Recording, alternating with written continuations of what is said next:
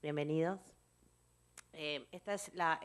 Con esta iniciamos, es la segunda conferencia del ciclo de conferencias públicas del Centro de Investigaciones Artísticas, una gestión de artistas iniciada en Buenos Aires, que ya empezó a operar. Giuseppe es el segundo invitado internacional que tenemos. Quiero agradecer a PROA por el maravilloso auditorio y el espacio que nos dan. Y, bueno, presentarlo a Giuseppe, que es un gran artista con una práctica extensa en los últimos 20 años o más, a lo largo de Europa, Asia y algunos lugares de América, del continente americano.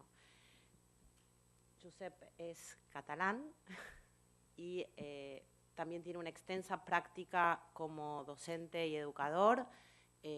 Ha trabajado durante muchos años en la Universidad de Bellas Artes de Perpiñán y en este momento en un máster de artes de Ginebra. Más o menos. Bueno, así que los dejo con Giuseppe, así vemos el trabajo de él. Hola, buenas tardes a todos y a todas. Primero quiero empezar con la formalidad, pero que lo digo de verdad, sinceramente, agradecer a Judy Huertain, a Roberto Jacobi y a Gachi Jasper, a Proa, a la gente que ha hecho posible que esté hoy aquí presentando mi trabajo y que durante 10 días a continuación podamos intentar en el Centro de Investigaciones Artísticas intentando aprender todos a una metodología de trabajo para posicionarnos, como yo digo, artísticamente delante de una cuestión, ¿no? Para empezar, bueno, solo aclarar, soy profesor en la Escuela de Bellas Artes de Ginebra y también en la Escuela de Perpiñán. He colaborado en muchos másteres, en muchos sitios. Me interesa mucho la pedagogía. Yo creo que incluso, ya lo veréis en mi trabajo, hay un carácter pedagógico que es importante.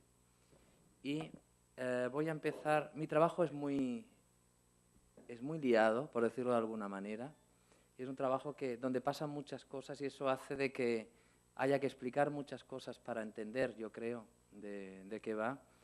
Creo que voy a hacer la opción que más que explicaros muchas piezas, explicar 3 o 4 y veremos con el tiempo que tenemos y a partir de eso, si queréis, si tenéis ganas y pensáis de que podemos seguir, pues seguimos. Y para la gente que va a hacer el curso mañana, para los becados, pues allí seguramente vamos a profundizar más. Bueno, quiero empezar, no sé si las imágenes ya. Voy a empezar por una pieza que se llama Milu Town, que hice en Japón, en una trienal de arte en Niigata, y que esta pieza empieza a partir de que yo estaba en Japón cuando llega Frank Kitagawa, que es un comisario de arte, alguien muy importante allí, que le habían invitado a él para que realizara un proyecto de dinamización económica de toda una región de Niigata. Y que no sabía qué iba a hacer, pero que le gustaría que yo participara. 2 semanas después me llama y me dice, qué bien, estás en Japón aún, ya sé qué es lo que quiero hacer, ya lo he propuesto, me han dicho que sí, y lo que quiero hacer es un evento que será una trienal de arte y me gustaría que participara, como os he dicho antes. Y entonces me hizo llegar al lugar, que es Niigata. Niigata es el noroeste de Japón, y cuando llego allí es un lugar maravilloso, fantástico, era verano, todo lleno de flores, verde, maravilloso, y me encuentro a esta señora y le digo, wow, qué suerte tienen ustedes, viven en el paraíso. Y ella casi se ríe de mí y me dice, no, esto no es el paraíso es Barcelona, me dice. Eso, que es una anécdota, sirve para que durante un tiempo yo estuviera reflexionando, un poco como ahora aquí, ¿no? Porque todos están en la derecha y no en la izquierda, desde aquí se ve la izquierda, desde allí la derecha, ¿cómo interpretamos las cosas? ¿Cómo las leemos? Y les propuse de hacer una pieza que consistía... Yo tenía 3 años para hacerla, era el primer artista que invitaban, y es una trienal muy grande, muy poco conocida. Si entráis en internet y miráis Etchigo Sumar y veréis que Jan Starrell, por ejemplo, ha construido un hotel, o Marina Abramovic, es una cosa muy, muy grande, realmente importante. Y yo lo que propuse es una excusa para intentar entender por qué para aquella gente aquello no era el paraíso. Y entonces mi excusa era hacer una película etnográfica con un pequeño pueblo que se llama Inubusé, y que esa película que estuvimos haciendo durante 2 años, yo iba preguntando, estas son imágenes de ella, preguntándole a la gente que me explicaran algo sobre ellos o sobre el pueblo, pero se lo tenían que inventar en aquel momento. Por ejemplo, esta señora nos explicó que los tomates llegaron a Japón a través del pueblo y todo lo que significaba y no sé cuántos. Es decir, para mí era una excusa para entender por qué. Pero este vídeo lo hicimos con la televisión regional, lo pasamos a la televisión allí como si fuera un vídeo real. Y me permitió saber, esto es el cartel que hicimos, y me permitió saber por qué aquello no era el paraíso, que ahora os voy a contar.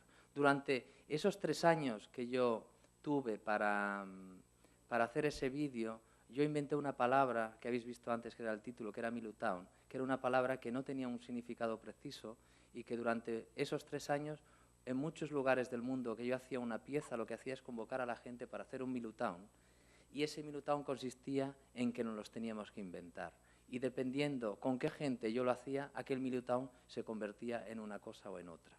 Luego vamos a ver el logo más adelante, pero ahora vemos aquí lo vemos ya el logo. El logo además fue como una sucesión de títulos de los Milutowns que fuimos haciendo en Corea, en Barcelona, en París, en no sé, muchos sitios, en Madrid. ¿Veis? Cada frase es uno de los Milutowns que fuimos haciendo y todo siempre era esa interpretación. Y fue desde algo que tenía que ver con la música, algo que tenía que ver con bailar, con muchas cosas. Hay un catálogo aquí, si os interesa, que podréis mirar.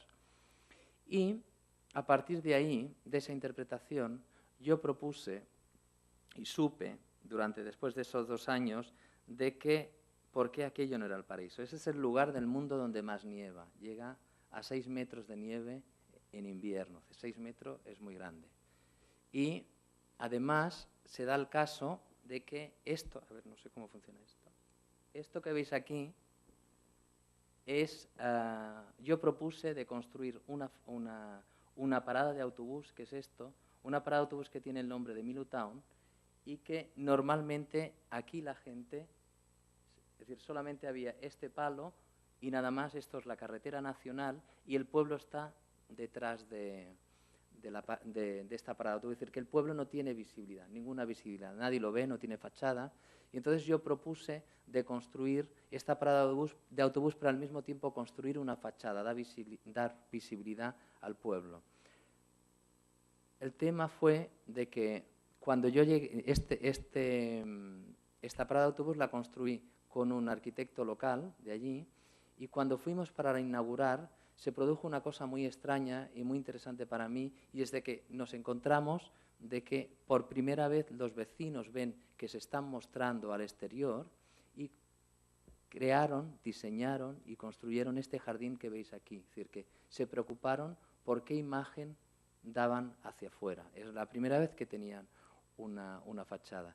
Y esta parada de autobús es una parada muy especial porque tiene baño, tiene teléfono, veis, tiene una terraza, tiene imágenes, veis allá al fondo, de los restos de Milutowns que habíamos hecho por el mundo y se convirtió en una cosa real. Si hasta entonces no sabíamos qué era, estábamos interpretando, se convierte en una cosa real. Hay un vídeo que recogía todos los Milutowns, pero además era una cosa útil, porque esta parada tenía baño, como os he dicho, tenía agua, tenía café, tenía un poco de todo. Y la primera vez que pasamos esa película etnográfica se hizo detrás de aquí de la parada de autobús, vino 2.000 personas, es un pueblo que viven solamente 70 familias.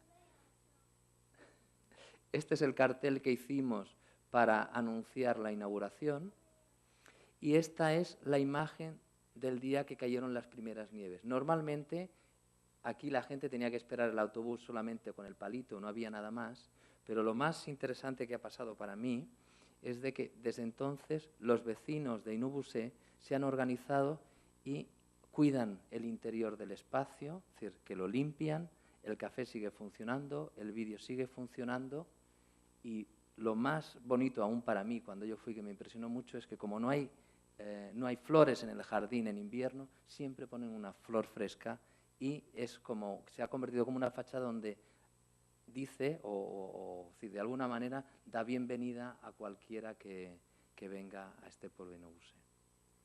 Después de esta primera pieza, por favor, en cualquier momento, si alguien tiene ganas de preguntar algo o algo, pues perfecto. Después de esta primera pieza, me invitaron a hacer una segunda pieza donde trabajé con 4.000 personas, pero mañana los que hacéis el taller ya os voy a explicar con más detalle.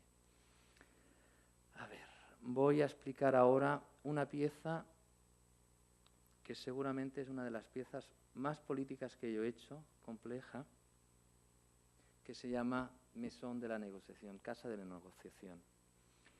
Esta pieza parte a partir de que yo acababa de hacer un proyecto en la Bienal de Torino, trabajé con prostitutas nigerianas, estuve viviendo con ellas durante unos días y tal, y la comisaria de este lugar, que es la Cunjal de Fribourg, me propuso si yo quería volver a trabajar con unas prostitutas y quería hacer un proyecto en la Cunjal de Fribourg. Es decir, que hasta en los últimos tiempos muy cercanos a esta pieza, estaba siempre haciendo piezas en lugares como muy difíciles, ¿no? En México, con los pobres, siempre situaciones difíciles, y entonces aquí se me brindaba la posibilidad de hacer una pieza en un lugar, Suiza, en un país de la neutralidad, donde todo en principio está perfecto, ¿no? Y además da la casualidad que cuando voy llegando cuando voy en el avión, en las noticias leo de que los artistas intelectuales suizos se ofrecen como mediadores en el conflicto de los palestinos con los israelíes. Y además es el país de la Cruz Roja y además es el país de la neutralidad. Es decir, que hay muchas capas que van pasando, y cuando llego allí a la Cunjal me encuentro con que la directora del centro, que es la que está al fondo, me dice: qué bien que hayas venido, Josep, pero ahora tenemos un pequeño conflicto dentro del museo y vamos a hacer una negociación. Y eso me sorprende, ¿no? Porque además otro detalle importante es que ese centro, ese mismo año, acababa de ganar el premio al mejor centro de arte contemporáneo de Europa. Es decir, que yo pensaba que iba a un lugar donde todo era maravillas y perfectos. Y lo primero que me encuentro es un conflicto. Y yo, así muy intuitivamente, les pregunto si podría firmar esa negociación. Y me dice la directora que por ella ningún problema y que pregunte a los otros.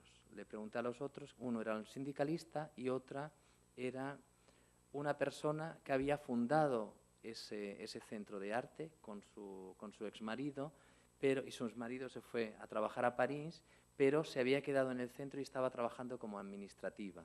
Quiere decir que estaba como una especie de U, donde estaba arriba por ser patrona y abajo por ser administrativa. Y la directora del centro estaba en medio, es decir, que se producía una situación rara. Total, que les dejo filmar, filmo esta negociación, les pido si pueden firmar como que me autorizan a utilizar este vídeo, me dicen que sí, y cuando una hora después llega la directora del centro con la cámara, toda roja así, viene, me la da, no me dice nada, y empezamos a hablar del centro, no sé qué. Yo no sabía qué había pasado, y por la noche veo esa cinta de vídeo y es brutal. Es decir, que hay una pelea importante con cuestiones internas al centro y que hacían referencia a cuestiones de dinero, no sé qué, es decir, no es importante, pero que detonaba eso que todos sabemos y que todos tenemos, ¿no? Que son los conflictos dentro de nuestras casas, ¿no? Y además tenía que ver con el director que estaba en París, que era una cosa muy complicada. Entonces, a partir de ahí, se me ocurre, ¿qué hacemos? Yo me pregunto, ¿qué hacemos para negociar los conflictos en la vida cotidiana? Y hago un proceso que luego veréis más claro en una pieza que os voy a mostrar, donde abro una investigación haciendo entrevistas con sociólogos, psicólogos, diplomáticos, cualquiera que en principio pueda tener una información de cómo nos enfrentamos a una situación de conflicto y de qué manera podemos resolverlos. A partir de esa investigación se me ocurre la posibilidad de construir un espacio, una casa para negociar los conflictos en la vida cotidiana. Conozco un arquitecto que se llama Alan Fridenza, con quien he hecho varias piezas, y lo que hago es, a partir del primer diseño de esa casa de negociación, la pongo sobre la mesa y con la gente o con parte de la gente que habíamos entrevistados, por ejemplo, este señor de las gafas de ahí es el portavoz del gobierno suizo que se implicó en el proyecto, pusimos sobre la mesa la maqueta de la casa de negociación para negociar y preguntar primero si tendría sentido crear una casa de negociación de conflictos en la vida cotidiana. Además, invitamos a una señora argentina, que es esta señora, que no sé si la conocen, pero esa señora argentina es una abogada que creo que en los años 80 o 90 había mucho desorden en los juzgados de Argentina, estamos en Argentina ahora, y ella junto con otros abogados propusieron de que existiera la figura del mediador de conflicto para que antes de llegar al juzgado se mediara.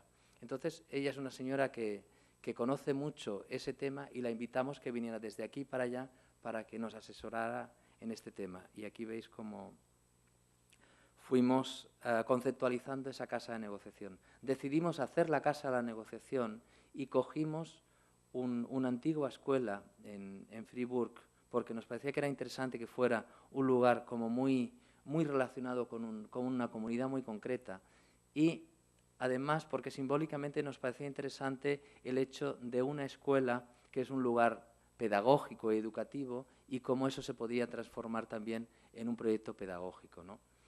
Y este es el lugar que escogimos. Nos propusieron muchos lugares, pero este es el que nos parecía más interesante porque además lo iban a destruir y podíamos transformarlo como quisiéramos. Teníamos poco dinero por muchos motivos.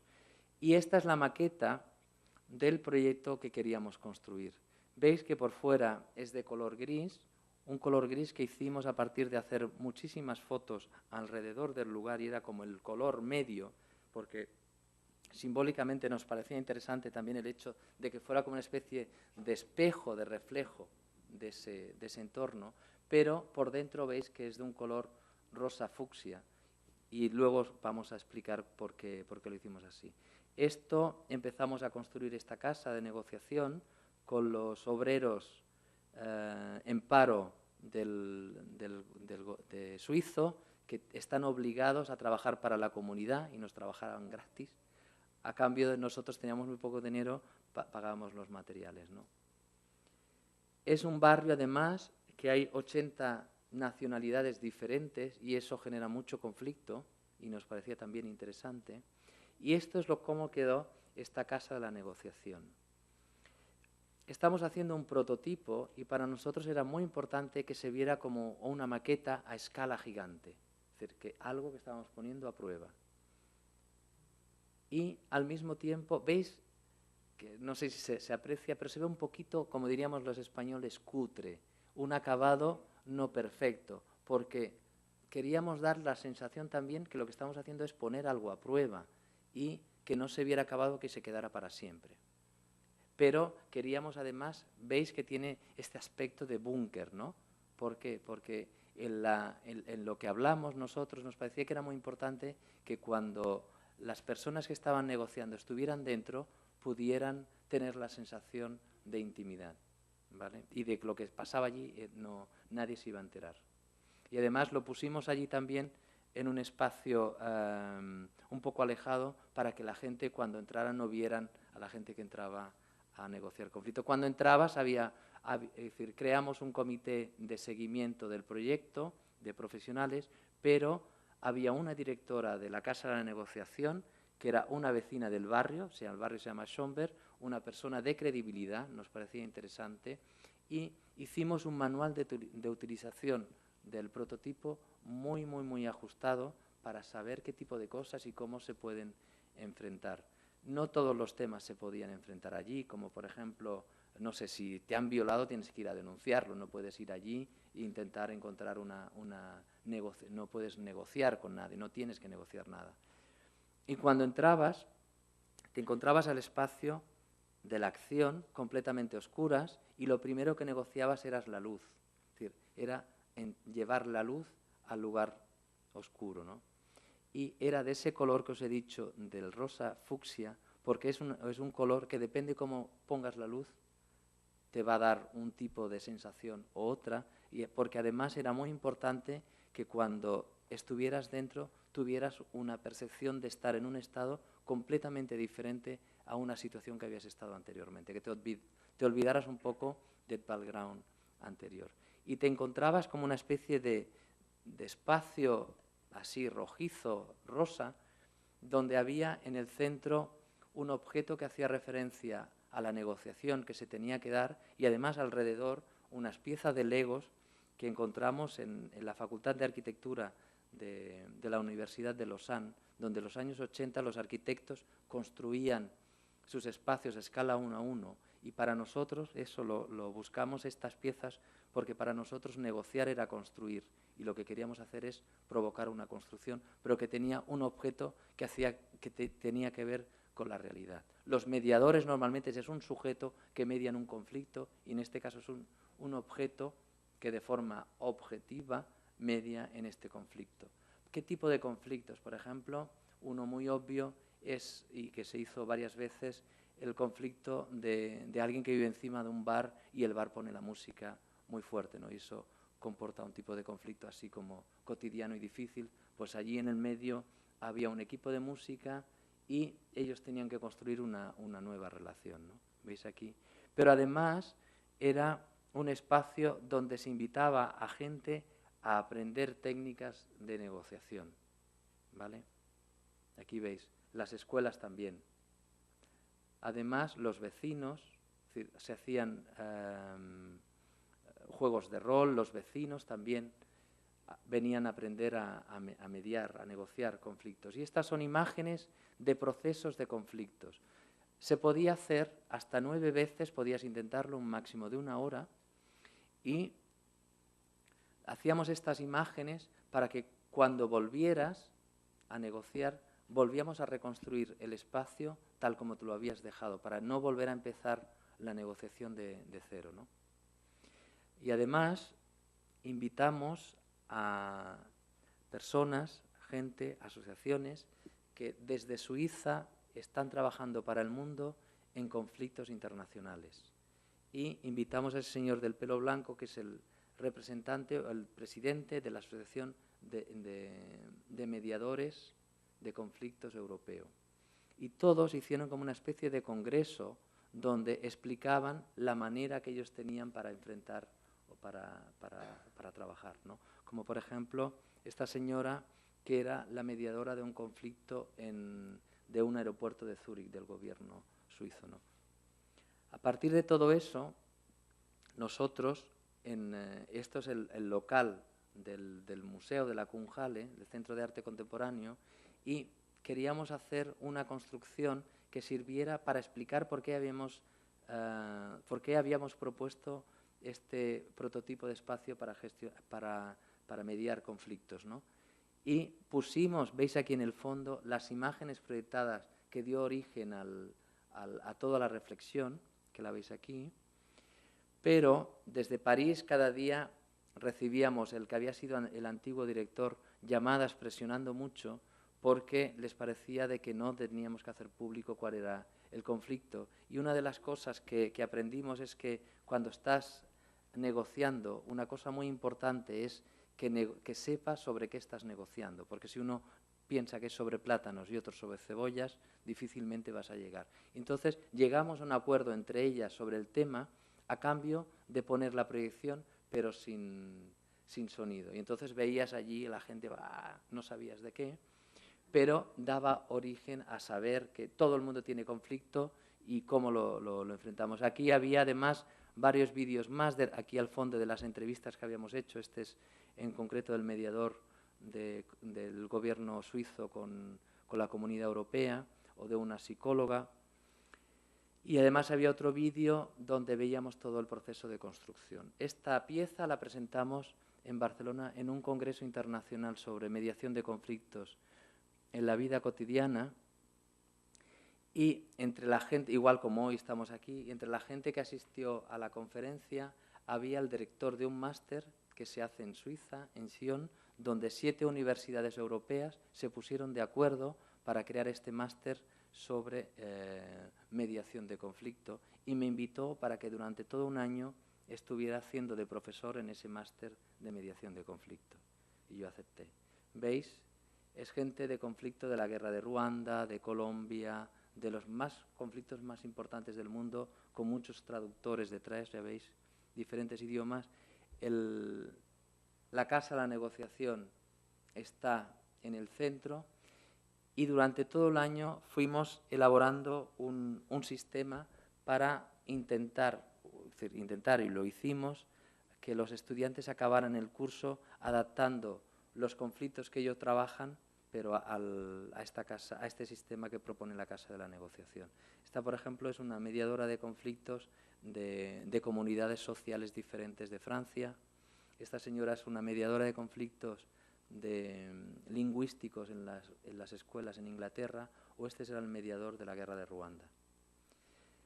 Para mí esta pieza lo interesante es cómo partimos de una cosa real, lo metemos en el arte y se va transformando y vuelve otra vez a la realidad. ¿Cómo? ¿Veis, no? No sé si queréis preguntar alguna cosa. ¿No? ¿Todos calladitos? Bueno, ahora... ¿Vamos bien de tiempo? ¿Sí?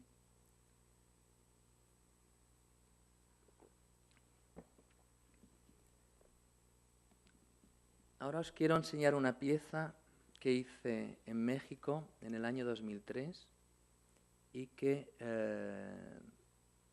también el antecedente me parece que es muy importante. Me invitaron a participar en una exposición en un lugar que se llama Laboratorio de Alta Alameda, y me invitaron para presentar una pieza que yo había hecho en Finlandia, que se llama How Difficult It Is to Sleep Alone.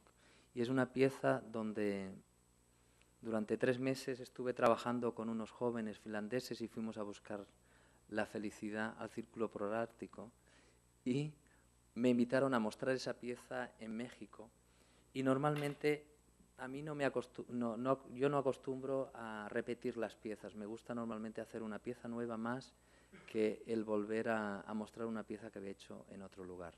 Estaba yo precisamente en el Laboratorio de Arte Alameda viendo cómo podemos ajustar aquella pieza, que era con 12 vídeos, con una casa un poco compleja y cara de construir, cuando llega alguien muy alterado diciendo que se había quemado un albergue de los niños trabajadores. Y vi cómo todo el mundo que trabajaba en el museo se activó y empezaron a aparecer comidas, mantas, pero todo a la hora, ¿no? Y eso me sorprendió muchísimo y yo soy una persona muy curiosa, empecé a preguntar qué pasaba, qué había pasado, y aquella misma tarde acabamos llegando a un lugar que es un albergue que hay en el Mercado Central de Abastos de México. Bueno, México es una ciudad más grande aún que Buenos Aires, que es muy grande. Y que una señora resulta de que se dio cuenta que había muchos niños que trabajaban en el Mercado Central de Abastos y que vivían y dormían por allí. Estos niños obviamente estaban en situación de riesgo terrible, de drogadicción, de prostitución, de todo eso. Y ella propuso a los dueños del Mercado Central de Abastos, o a los dirigentes, o lo que fueran, los que mandan, de si podía utilizar los bajos de un puente. Veis que esto es un puente. Esto es cuando yo me lo encontré, pero hacía 3 años antes no existía todo esto. Y entonces ella propuso de que podían utilizar ese puente, cerrarlo con cartón, y esos más o menos 100 niños que habían viviendo en la calle, al menos que por la noche pudieran dormir juntos y tener un rato menos de situación de riesgo. Cuando yo llegué allí, ya estaba como lo veis ahora, y se ha convertido en una cosa muchísimo mejor, ya lo veis ahora. Esto se bloqueó, creo.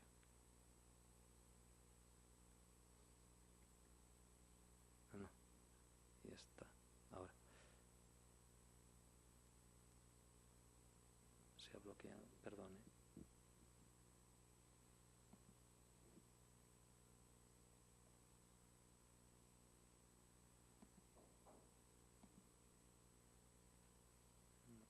No, ahora. Bueno, no funciona, no sé qué pasa. Os lo muestro así. ¿Lo veis? Igualmente. Así. Bueno, cuando... Estos son, por ejemplo, los carritos que utilizan los niños. Este es el lugar...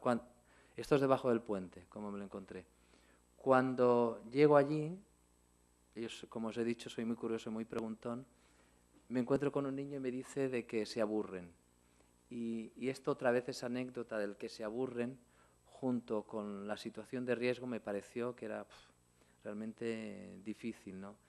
Y entonces, porque son niños que normalmente trabajan desde las 4 de la mañana hasta las 12 del mediodía en el mercado central de abastos, ¿no? ¿Veis? Estas son las camas, estos son los niños. Hay niños desde 2 años que trabajan limpiando tomates y frutas. Y los más grandes pues son los de los carritos, ¿no? No sé si esto va a funcionar, perdón. No, qué raro. Bueno, total, que lo que hice fue proponer, ¿se ve? Sí, ¿no? De construir en ese lugar una ludoteca para ellos, porque me parecía que era importante el que volvieran a recuperar ese tiempo del aprendizaje tan importante como es el del ocio, ¿no? Hablé con los del museo, que eran los que teníamos un dinero para construir esa pieza en el Laboratorio de Arte Alameda, y les propuse que en vez de organizar y montar aquella pieza, pudiéramos gastarnos ese dinero en construir la ludoteca. A ellos les pareció bien y lo pudimos hacer, y entonces yo llegué un lunes, el martes conozco un arquitecto, y para el otro lunes teníamos que tener un proyecto con un presupuesto y poderlo construir. Pero todo, desde el primer momento, como os he dicho, ellos estaban muy abiertos a hacer algo por esta gente de los albergues, y hubo muchísima colaboración. Entonces empezamos a construir este lugar, ¿no? Como veis, desde el primer momento, esta ludoteca, desde el primer minuto que entramos allí a trabajar, propusimos una actividad que consistió, en este caso en concreto, en una actividad relacionada con la pedagogía, porque son niños que viven de una manera muy independiente, y nos parecía que era interesante el que tuvieran que hacer cosas juntos y coordinados, ¿no? Y entonces todos los días, de 5 de la tarde hasta las 9 de la noche, estábamos haciendo esa actividad, al mismo tiempo que se iba construyendo este espacio. Para nosotros era muy importante que este espacio lo construyeran unos profesionales y no ellos, sino que se les construía para ellos. Esto es el día de la inauguración, ¿veis? Y esto es como quedó el espacio. Esto es debajo del puente, y a nosotros nos gusta mucho el tema de lo confortable, el feng shui y no sé cuántos, y lo hicimos todo súper redondito, ¿no? La ludoteca sigue funcionando, siguen habiendo, ahora hay como 200 niños que lo utilizan. A mí me impresionó muchísimo el haber ido 2 años después y que aún estaba impecable, es decir, lo respetaban, y se convirtió como una especie de lugar casi sagrado, porque alguien les ha hecho algo para ellos. Y además, en el museo queríamos hacer algo, y lo que propusimos es hacer un vídeo con la primera actividad que hicimos con ellos, que fue lo de bailar, ¿no? La coreografía. Entonces lo que hicimos es, en la calle del Tomate, que dicen que era la calle como más peligrosa del mercado central de abastos, propusimos de que bailaran delante de unos focos gigantes, como si fueran estrellas de rock casi, y a media tarde, para que la luz fuera apareciendo y cada vez fueran ellos como más visibles y más estrellas, ¿no? Y ese vídeo, son parte de estas imágenes, esos son los mayores, fue lo que mostramos en el museo, junto con una pequeña instalación donde se explicaba un poco la ludoteca, y había un cartel que te podías llevar. ¿Preguntas? ¿Ninguna? Ahora os quiero explicar.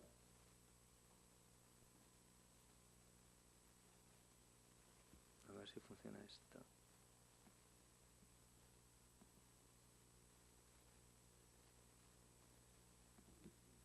¿Funciona? Sí. Os voy a explicar esta pieza básicamente porque creo que se puede entender el proceso de cómo trabajo, ¿no? Cuando me invitan a hacer una pieza, lo que acostumbro a hacer, yo digo que abro un proceso. Y en este caso, esta pieza es a partir de una invitación del Ministerio de Cultura francés. Tiene un proyecto que se llama Arte en el Hospital, y lo que hacen es que invitan artistas a que intervengan en el hospital, que normalmente son fotógrafos que hacen fotografía con los enfermos o pintan o no sé qué, pero mi trabajo tiene que ver más con los procesos, y entonces lo que yo les propuse es abrir un proceso, ¿no?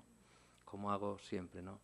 Cuando hago una pieza, abro ese proceso, lo que intento hacer primero es entrevistarme con las personas que tienen una relación directa con el proyecto que voy a desarrollar. En este caso vamos a hablar con el ejemplo del hospital, ¿no? Hago las entrevistas con las personas relacionadas con el hospital, que son los enfermos, los familiares, los profesionales del hospital, la dirección, los médicos, las enfermeras y todo eso. A partir de ahí, lo que intento es encontrar un fallo, una fisura en ese sistema de personas que me ayuda a mí a proponer algo. En este caso, la obviedad de que el hospital es un lugar donde las emociones están a flor de piel, es una obviedad, pero que yo me pregunté si se podía hacer algo. Es decir, ¿podemos hacer algo para enfrentar las emociones en el hospital? A partir de ahí se me ocurre la posibilidad de construir un prototipo de espacio para gestionar las emociones en el hospital. A partir de esa ocurrencia le propongo al arquitecto Alan Fidenza, que es con el que también trabajé esta pieza, de si podíamos hacer una primera maqueta de cómo podía ser este espacio, y con esa primera maqueta convocamos a la gente que habíamos entrevistado para abrir un debate si tenía sentido este prototipo de espacio para gestionar las emociones y cómo pensábamos que podría funcionar el debate. A partir de ese debate, que dijeron que sí, lo que hicimos fue realizar un proyecto arquitectónico, darle una forma. Y esa forma que hicimos volvimos a consultar, a debatir con la gente que habíamos entrevistado para ajustar las ideas, y pudimos hacer un proyecto ejecutivo, es decir, un proyecto que dimos a una empresa para que pudiera construir. Obviamente era una cosa nueva y teníamos que diseñar también un manual de utilización, cómo se utiliza ese espacio. Lo construimos, lo pusimos en marcha y creamos una comisión de valoración para ver cómo podíamos ir mejorándolo. Y desde el primer momento hicimos una película documental que explicaba que explica todo el proyecto, ¿no? La propuesta que hicimos para el debate era la construcción de un prototipo, algo que íbamos a poner a prueba, un espacio de transición entre el hospital y la casa, un nuevo servicio para los enfermos, familiares y personal del hospital, y este espacio tenía que estar equipado para intentar contener, enfrentar o afrontar las situaciones nuevas, difíciles y no, porque no todo lo que pasa en un hospital es negativo, también nacemos, que se nos presenta cuando estamos en el hospital, ¿no? Era muy importante para nosotros que entendiera el hospital que era un espacio experimental, que íbamos a experimentar con los enfermos y con los familiares y con todos, y que ellos lo iban a asumir. Y además que íbamos a construirlo con un concepto de economía, de no gastarnos ni un peso más de lo que, ni menos de lo que necesitábamos, ¿no? La primera imagen que nos viene a nosotros a la cabeza como referencia es una mujer embarazada, cómo todo el cuerpo de la mujer se pone a disposición de ese ser que van a nacer, ¿no? Y nos pareció como una imagen simbólica que queríamos, que recurrimos, ¿no? Y entonces, veis, esta es la planta del hospital. Aquí están los enfermos paliativos, los enfermos que no tienen cura y que están muy mal, y aquí están los enfermos psiquiátricos en este hospital. Y nosotros decidimos de colocarnos ahí por la estrategia física del hospital, pero también por cuestiones de este cruce de los dos enfermos, tipología de enfermos diferente, ¿no? Y queríamos hacer una especie de corazoncito o célula, ¿no? Bueno, eso ya lo he dicho. ¿Por qué? Y este es el espacio que decidimos para construirlo, aquí en una terraza que había en un segundo piso que no utilizaban. Y la propuesta que hicimos era que tuviera 5 partes diferentes: un espacio programado, un espacio de convivencia, un espacio de internet, un espacio tabaco-café y un espacio de conexión urbana. En el proceso perdimos lo del tabaco y perdimos lo de la conexión urbana, pero luego os lo voy a explicar por qué. Este es el dibujo de lo que queríamos construir. Veis que aquí aparece un punto rojo a partir del cual salen toda una serie de rayos. ¿Por qué? Porque para nosotros simbólicamente era muy importante remarcar que lo más importante que pasa en aquel lugar son las personas que entran. Y entonces esas personas emanan unos rayos y los queríamos remarcar.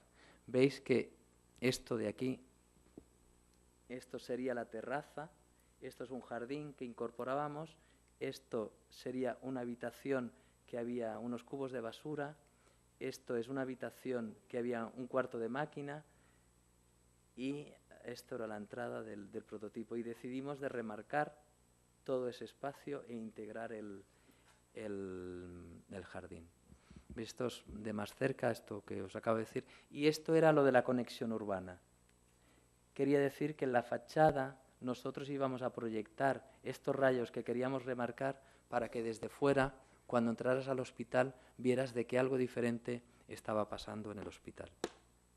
Si este era el dibujo de trabajo que hicimos, esto ya era el dibujo ejecutivo, es decir, esto es lo que dimos nosotros, el plano ejecutivo, a una empresa para uno de los planos, para que construyera, y sin querer nos salió una forma que parece como muy orgánica, ¿no? Parece unos órganos de un cuerpo. Solamente teníamos la intención de hacer una cosa orgánica, que era esta parte de aquí, que es el espacio programado, y que queríamos hacer un estómago, o una simplificación del estómago, porque nos parecía que relacionar las emociones con el estómago era entrar al estómago. Ahora veréis que el espacio programado es entrar al estómago, un espacio sólido y asegurador, ¿vale? Y que está equipado con todo aquello que imaginábamos que pudiéramos necesitar, como una especie de escenario de teatro donde se programa para ser utilizado de la manera que la vamos a necesitar. Por ejemplo, si los enfermos paliativos están allí 3 o 4 meses, que puedan organizar una cena con su familia, puedan cocinar, puedan comer, se casaron, hubo de todo tipo de actividad se hizo dentro. Y además hay cosas que yo ni había pensado, no se puede utilizar cualquier tipo de pintura porque contagian, transmiten virus, es decir, que hay muchos condicionantes muy importantes en el hospital, y además tenía que ser de fácil mantenimiento. Y para construir este espacio estómago, para nosotros era muy importante, siempre estamos en el arte también, los aspectos simbólicos, ¿no? Y estábamos al lado de los enfermos paliativos y nos parecía interesante recuperar la figura de Sadako Sasaki, que es no sé si la conocéis, es una niña japonesa que murió víctima de la bomba de Hiroshima, y que ella, que tenía un cáncer, empezó a fabricar grullas de papel, y decía que si llegaba a 1000 se salvaría. Llegó a 600, se murió, pero se convirtió en un símbolo de la esperanza. Y a nosotros nos parecía que era interesante de alguna manera inspirarnos en ella y acercar nuestra pieza a esta idea de origami y de esperanza. Y si veis, antes visteis lo de las rayas rojas, esta sería el nido de la grulla, que a nosotros nos parecía interesante que este estómago se convirtiera en este gran origami, ¿no? Esto eran las maquetas que hicimos para darle forma. Es decir, investigamos bastante formas posibles, incluso de madera, pero al final volvimos a la idea del papel. Y hay una cosa fantástica que pasa, y que si aquí sois muchos artistas sabréis, y es lo difícil a veces que es cuando tienes una imagen muy creada del proyecto, es renunciar a cosas, porque parece que se rompe algo, ¿no? Y cómo cuando haces un proyecto renuncias, y esas renuncias a veces te llevan a otras cosas que también son interesantes, ¿no? Pero en principio como cuesta mucho. Este es el estómago, ¿no? Y el estómago, como veis, hay nevera, hay agua, hay todo lo que podemos necesitar. Además, que desde aquí, no, sí, desde aquí hasta aquí, todo es un gran ventanal, porque estábamos delante de un jardín que no utilizaban, y para nosotros también era muy importante que cuando estuvieran dentro pudieran tener una relación lo más posible con la naturaleza, ¿vale? Porque las emociones tienen que ver con los procesos de la naturaleza y reforzar esa idea. Y además, como os he dicho, es como una especie de escenario donde estaba normalmente vacío. Aquí vemos que hay un almacén, esto es un almacén, donde se podía guardar todo para que solamente pusiéramos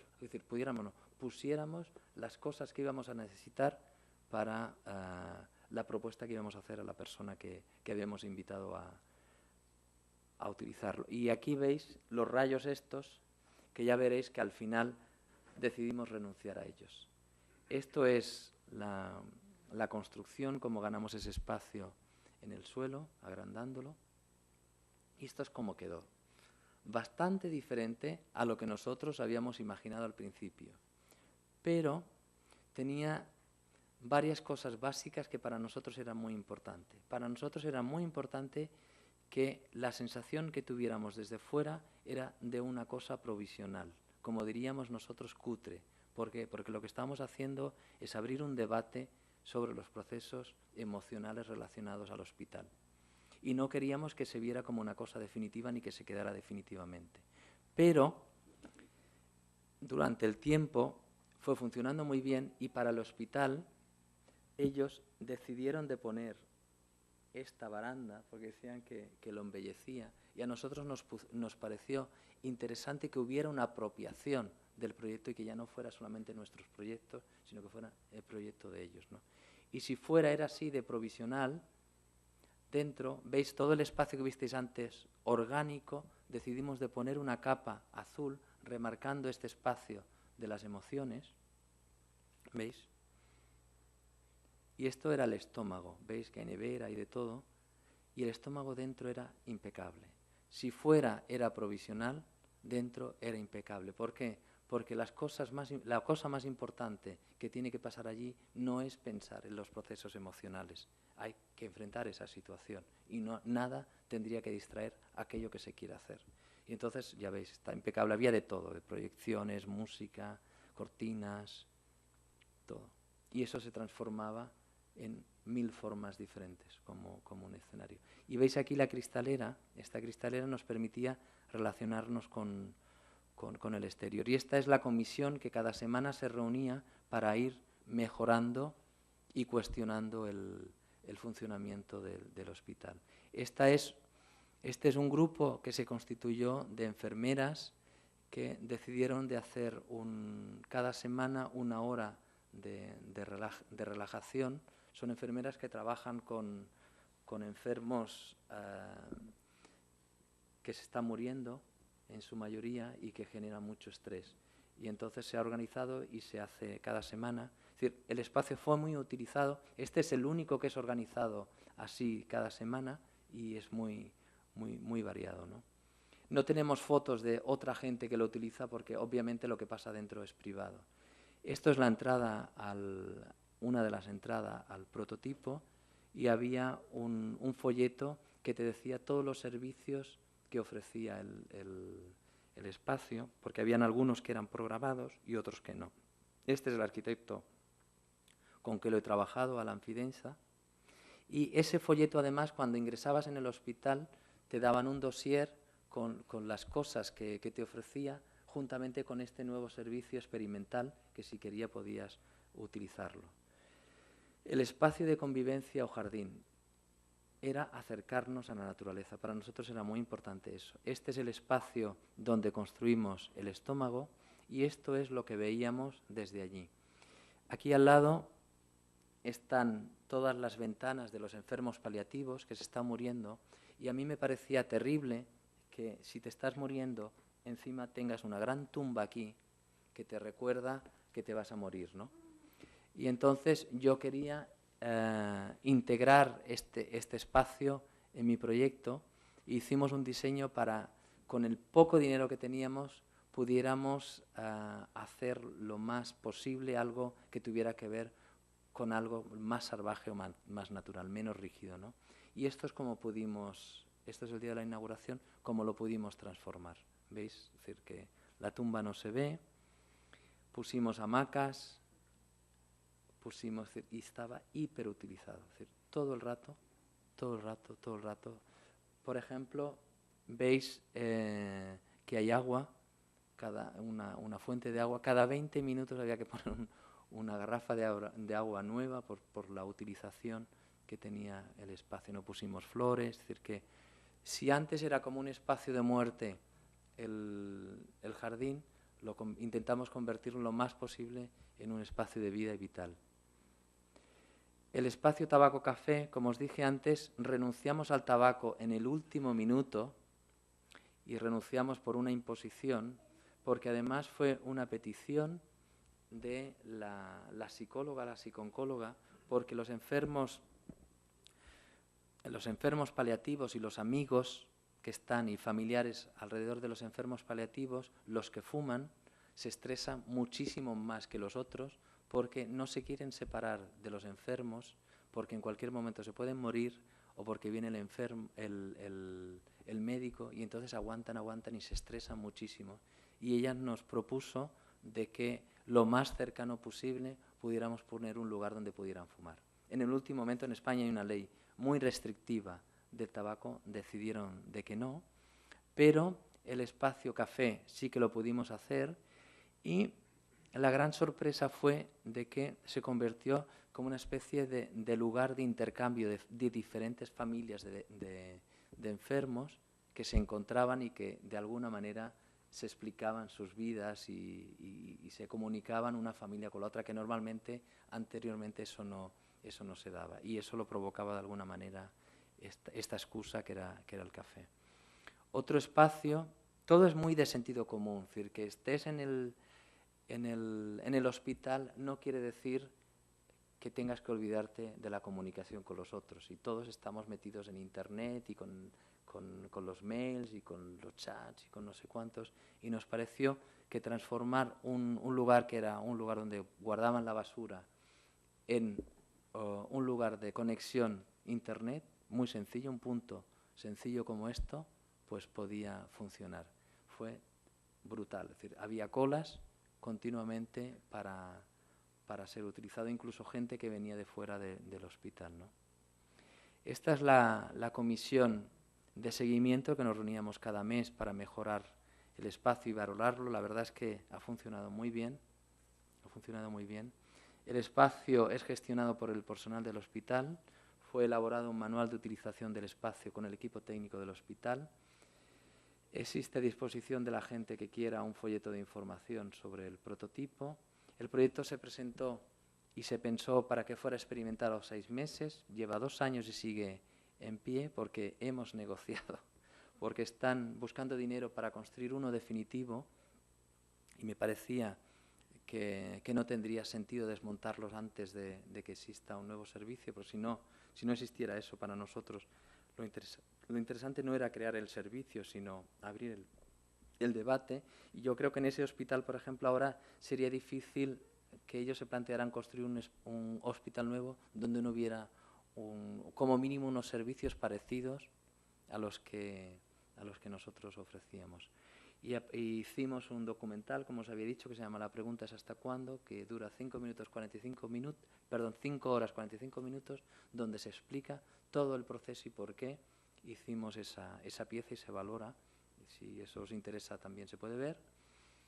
Y hay una segunda parte que a mí me interesa mostrar, y cómo el mismo concepto, depende de donde esté, puede tener una forma bastante diferente. Como os dije antes, esa pieza que os acabo de mostrar es como el proyecto redefinido o profundizado con la primera experiencia que hicimos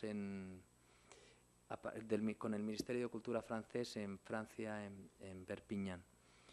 Y allí el hospital es otro rollo, completamente diferente. Es un hospital medieval con pabellones separados que a partir de la aparición de la penicilina permite que se construyan unos pasillos que los une, y que nos propusieron, como sabéis, de hacer esta pieza, y nosotros decidimos de ponernos aquí, como una especie de pabelloncito más, como un finger de avión, con las primeras ideas que luego evolucionamos en el Hospital de España, el estómago, ¿veis? El primer estómago que hicimos. Y si estamos en Perpiñán, que está cerca de las montañas del Pirineo, es un lugar donde puede nevar 2 horas, es decir, en 2 horas puede nevar 2 metros, pueden haber vientos brutales, y era muy importante que la construcción fuera como muy sólida, y eso condicionaba, ¿no? Pero, al mismo tiempo, veis, esto es como quedó finalizado. Para nosotros era muy importante también comunicar que lo que estábamos haciendo era una cosa provisional. No estábamos haciendo un pabellón definitivo, sino que estábamos abriendo un debate. Y por fuera lo pusimos con estos plásticos, como os veis, las maletas de los aeropuertos, ¿no? Y si fuera, era así de provisional, dentro era completamente asegurador. Es decir, un lugar que puedes reconocer muy fácilmente, y que tenía los mismos servicios de manera más sencilla que el de Castellón. Y esto, es decir, me interesaba el enseñaros el cómo la forma, a lo mejor no el concepto, pero la forma puede cambiar con relación al lugar. No sé cómo vamos de tiempo, y si tenéis ganas que os explique alguna cosa más.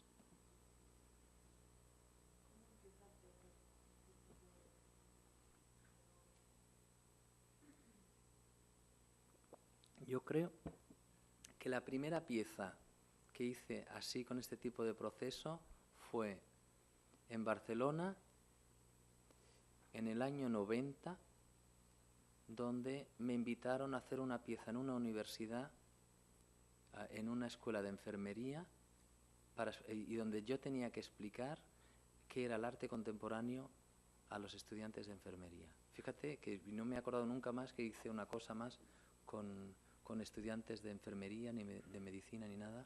Y en aquel caso yo trabajaba con prototipos también, pero prototipos que tenían que ver más con maqueta, y eran fotografías bastante, yo lo llamaba prototipos también.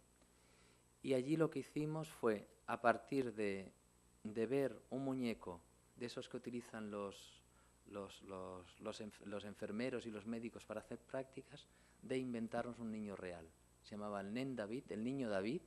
Decidimos trabajar durante 6 meses con 5 enfermeras que iban a acabar ese año. Fue su trabajo de fin de carrera, no tengo imágenes, de fin de carrera, y definimos todo para cómo sería ese niño 20 años después.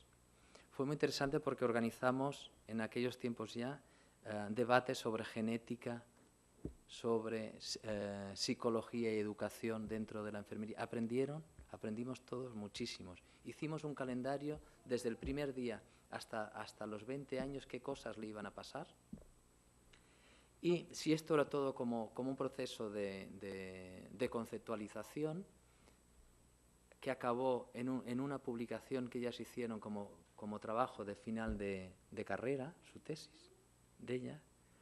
En la escuela de enfermería, en el aula de ellas, hicimos un lugar completamente oscuro, no sabíamos qué había, y había un muro gigante de 7 metros que no veías nada, pero que iba moviéndose como una cuna. Es decir, que era como una historia un poco demasiado simbólico, pero es decir, que era como la parte emocional, lo que había en el aula, que normalmente lo que hay es la parte como más racional, y la parte racional se quedaba fuera en la publicación.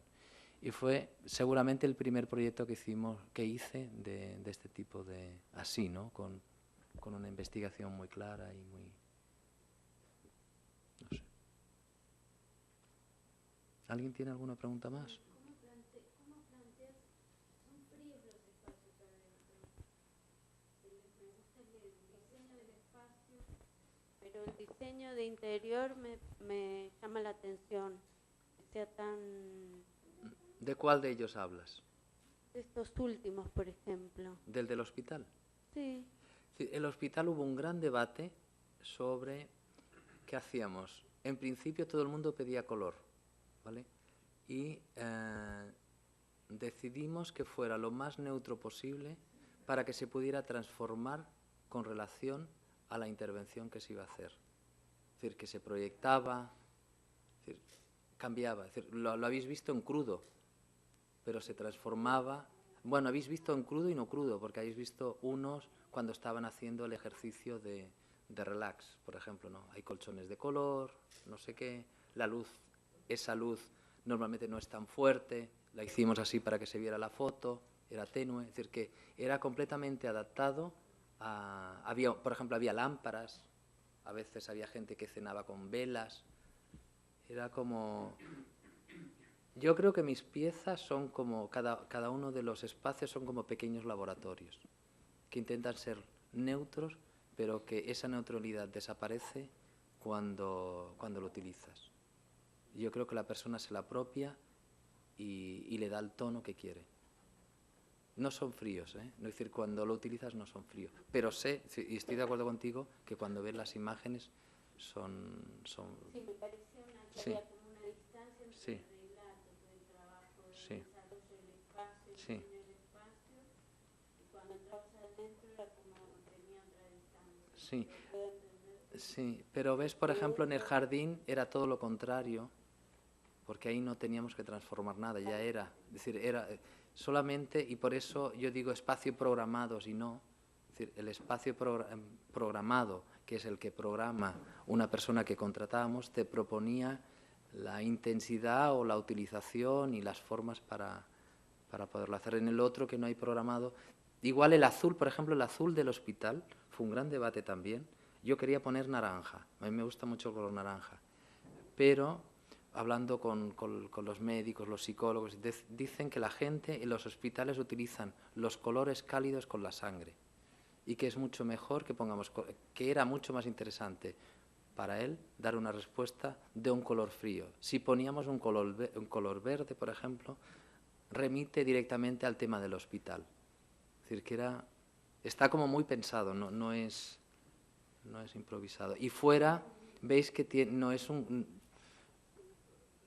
en el hospital no es tampoco como muy frío, ¿no? ¿Vuelcas tus preferencias estilísticas en el trabajo? ¿Vuelcas qué quiere decir? Si los transmites, si los colocas dentro de las piezas, tus gustos personales. Claro. Yo negocio y me enfado. Para mí renunciar a los rayos fue que no podía dormir. Porque para mí renunciar a la poética de la Sadako Sasaki, de la niña japonesa, que se fuera más evidente aún la idea del papel, me parecía que había una pérdida importante en la simbología del proyecto. Pero, no sé, yo creo que hay un momento en el que la pieza uno sabe que ya está y que a lo mejor no hace falta que haya en tantas capas, pero siempre como capas, ¿no? ¿Me entiendes? ¿Y lo de lo que no haya ángulos rectos? Bueno, eso es puro exoterismo mío del Feng Shui, que yo creo en que siempre una pared curva y una pared ergonómica es mucho más interesante que una pared recta, creo. Sí, Josep, te hago una pregunta.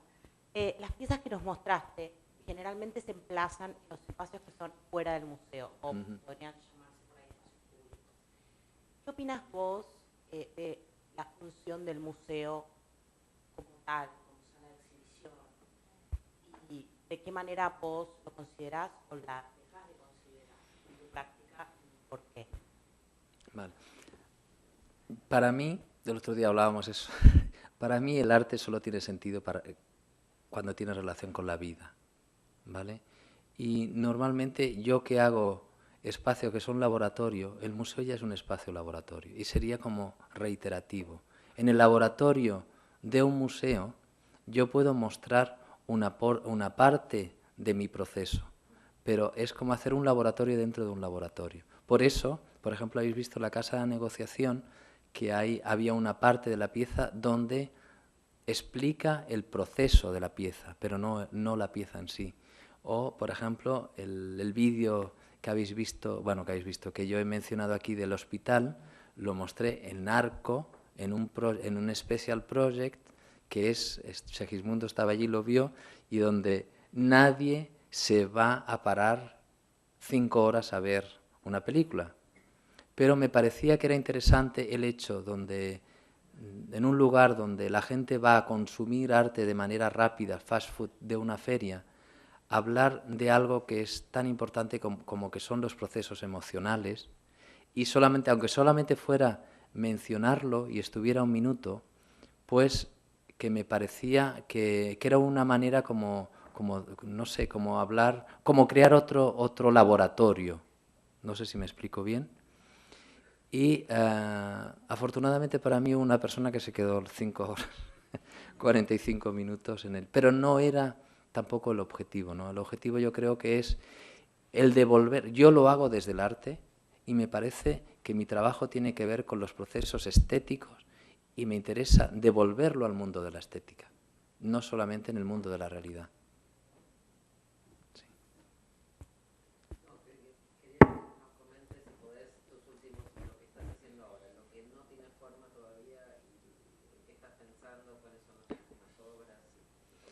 Bueno, estoy en muchas cosas. Estoy como en 10 proyectos ahora, todo así. Mis piezas son son de largo tiempo normalmente, aunque por ejemplo la casa de negociación fue una pieza de 6 meses nada más. En 6 meses hicimos la casa, después duró 2 años más hasta que se hizo el congreso y todo eso. A ver, estoy haciendo una película que se va a estrenar el día 1 de diciembre, que me han pedido, sobre el tema del SIDA. Estoy haciendo 10 minutos de dibujos animados donde vamos a explicar qué es el SIDA a los niños en las escuelas, a partir de 7 años. Eso es uno que estoy. Y es un material didáctico donde un personaje, que es un jardinero astrónomo, se cuestiona por qué existe el estigma de la enfermedad, por qué las enfermedades tienen estigma. Y eso se inaugurará ahora en diciembre. Acabo de hacer una pieza que no tengo imagen, que se inauguró la semana pasada en Osaka, la Bienal de Osaka, que no estaba porque estaba en Chile, en Santiago. Una Bienal fantástica que es... Osaka es un poco como Venecia, hay muchos ríos, y un señor, que es el que se ha inventado la Bienal, ha tenido una idea que me parece fantástica, y es de que ha construido un barco, como si fuera un vaporetto, y va a invitar, es la primera que se ha hecho, primera trienal, a diferentes artistas para que hagan el lugar donde atraca el barco. Es un muelle de 28 metros por 5, como una isla que flota, y entonces llegarás con el barco y entrarás en la isla, en mi caso de Mía, y que la pieza que he hecho ha sido Osaka, está al lado de Kioto. Kioto es como una de las ciudades religiosas de Japón, y estuve preguntando a los budistas, a los del templo, qué era Dios y por qué. Pusimos un letrero allí de estos, a los Jenny Halls, donde te preguntaba por qué soy así, por qué es no sé cuántos y no sé qué. Y a partir de eso hemos hecho una cosmología, una historia del nacimiento de la vida hasta ahora. Y en ese lugar, por la noche, cuando se sigue preguntando todo el rato por qué, por qué, por qué, aparece en la noche, en la oscuridad, aparece una sombra que es una luz, que es una chica, que hace así, y se puede entrar en internet y seguir la historia, ¿no? E intenta encontrar respuestas de por qué existe Dios, y según los monjes dice que existe Dios porque tenemos miedo. Estoy haciendo otra pieza también en Japón, en Yokohama, donde me invitaron a hacer un símbolo, no sé si estoy pegando un rollo, Sí, te lo estoy pegando el paro. Un símbolo para una comunidad. Me invitaron. Yokohama es un lugar muy pijo, como decimos en español, en ese lugar, como con mucho dinero, así muy cool, ¿no? Y el ayuntamiento de Yokohama decidió de construir un edificio de vivienda social a precio de coste para que quien quisiera pudiera comprarse y optar a un piso, un apartamento. Y entonces me dijeron si yo quisiera hacer una pieza con ellos, les dije que sí, pero como hago siempre con procesos raros de estos largos.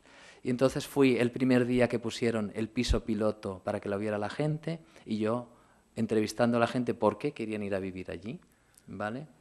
Volví otra vez cuando la gente que habían decidido ir a vivir allí se apuntaban a una lista y decían, yo quiero vivir en el piso 15, es un rascacielos, en el piso 15, puerta B. Y entonces se apuntaban a una lista y con eso lo sorteaban y quien ganaba, ganaba, a los que ganaron. Y entonces con estos que ganaron yo les pedí, de que me entrevisté con ellos, que me enviaran 3 imágenes a través de internet, a través de mail, 3 imágenes de 3 cosas que les gustaran mucho a ellos, que las hubiesen hecho ellos o no. Y entonces cuando las tuve todas, que eran 500 imágenes, les pedí que nos encontráramos todos en un lugar y cuando llegaron estaban todos los vecinos y ¡buah!, todo lleno de imágenes de ellos, fantástico, de bienvenida, ¿no? A partir de esas imágenes, de acabar un símbolo muy esotérico, muy interesante. ¿Sigo más? Una más, venga. Y estoy haciendo, 2 cosas más. Estoy haciendo en Bilbao un proyecto que es un laboratorio para la seguridad, un lugar donde si sientes inseguridad en alguna cosa, puedes ir y preguntar y te van a proponer algo, seguridad psicológica, de piso, de todo, con todo lo peligroso que es el tema de la seguridad y lo ideológico que es. Eso estoy haciendo. Nos pusieron una bomba, estábamos allí en el lugar donde estábamos haciendo el debate. Sabéis que allí además hay el problema de ETA, el terrorismo y todo eso. Y estoy haciendo otra pieza en Madrid, en una cosa que yo digo, una casa digestiva. Es cómo una casa nos puede ayudar a afrontar la memoria. Estoy trabajando con un grupo, más concretamente con una persona que se llama Bamba, que es un nigeriano, un senegalés, que cogió un cayuco, no sé si habéis oído hablar, igual que existen los balseros, existen los africanos que se montan en unos barquitos pequeñitos y cruzan a Europa y que se ahogan y no sé cuántos. Y entonces estamos trabajando con ellos porque viven en un piso, viven 12 en un piso hacinado de 30 metros cuadrados y vamos a hacer que aquello se vuelva en una casa digestiva. Y eso se inaugura el día en enero. Es decir, que estoy en muchas cosas y en más cosas estoy todavía. No sé si queréis preguntar alguna cosa más o... Estaba pensando, escuchándote todo el itinerario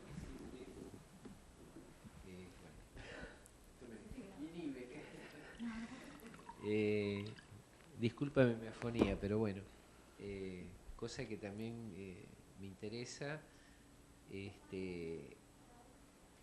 a ver, el hecho de que cuando focalizas un problema lo transformas, lo materializas, ¿no? Es decir, es como que intuitivamente te vas dando cuenta de esa construcción que tenés que hacer, es como que te va guiando. Y hay algo que también se unifica creo que con el arte minimal, ¿no? Un pensamiento también que es abarcativo y lo socializante también de todo ese conjunto. ¿Tiene algo que ver esto que te estoy diciendo? ¿Con el arte minimal? Sí. ¿En qué sentido? ¿Por el minimal de la repetición? Por ejemplo, las construcciones.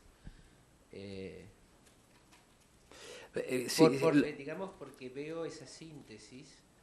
De intentar como difuminar el carácter más de autoría o de así, en ese sentido lo dices. Posiblemente, sí. Posiblemente. No sé si tiene algo que ver. A ver, cada una de mis piezas, a pesar de que la veáis como una cosa muy muy, no sé cómo decir, muy genérica, no sé cómo decirlo, tiene una pregunta mía íntima que yo intento encontrar respuestas, ¿vale? Pero yo creo que en el minimal también, aunque no se hable, yo creo. Y yo lo intento hacer, es decir, y además yo creo que cuando una pieza mía considero que está acabada es cuando entiendo que me ha respondido, porque si no uno como que insiste, ¿no? Y el trabajo difícil seguramente mío es cómo yo puedo negociar y encontrarme con el otro, ¿no? Un poco. Y perderme en el otro y el otro se pierde en mí. Y seguir siendo yo. No sé si me explico, pero... ¿Alguna pregunta más? Pues muchas gracias. Pero, dime. Muchos preguntaron cosas sobre la parte formal y a mí lo que me llama la atención, no sé si tenemos mucho tiempo, es todo lo que tiene que ver con el proceso, la gestión y por ahí incluso lo económico que hay detrás de eso, las negociaciones, que es algo como muy poco común para nosotros tal vez. Y bueno, si te parece que es algo que sí. se puede llevar a cabo en cualquier lugar o si es algo muy específico que te costó mucho desarrollar. Fíjate que acabo de llegar ayer de Santiago. Estoy haciendo una pieza allí para el Bicentenario. Y hubo un gran debate sobre la dimensión de las piezas. Yo creo que cada vez he aprendido más a ir intentando apoyarme en los puntos fuertes que voy encontrando. Allí estamos, no lo he dicho, pero estamos pensando en hacer un proyecto que sea la construcción de 45 casas o 50 casas. Eso es mucho dinero, estamos hablando de $1 millón. Yo nunca en mi vida había soñado que iba a tener $1 millón para hacer una pieza, ni hacer tantas casas, ni una cosa compleja. Pero cada vez yo creo que hay como una mayor, no sé si diría yo credibilidad, o yo me creo que las cosas son más posibles, o soy más Pavarotti o más megalómano, pero no tengo miedo a que un proyecto pueda ser grande o pequeño, el proyecto te lo pide. Y entonces la gente se embarca en ello. Es decir, yo no sé buscar dinero, no sé hacerlo, se crean normalmente cuando hay un clima de confianza. También tengo proyectos que han fracasado porque el clima de confianza se ha perdido y ninguna de estas piezas se pueden hacer si la confianza se rompe. Y uno de mis proyectos, que no hemos hablado, es un proyecto que hice en Insight, en Tijuana. Allí se rompió el clima de confianza y no se pudo hacer. ¿Cómo era ese proyecto? ¿Eres alumno? Pues mañana te lo voy a explicar.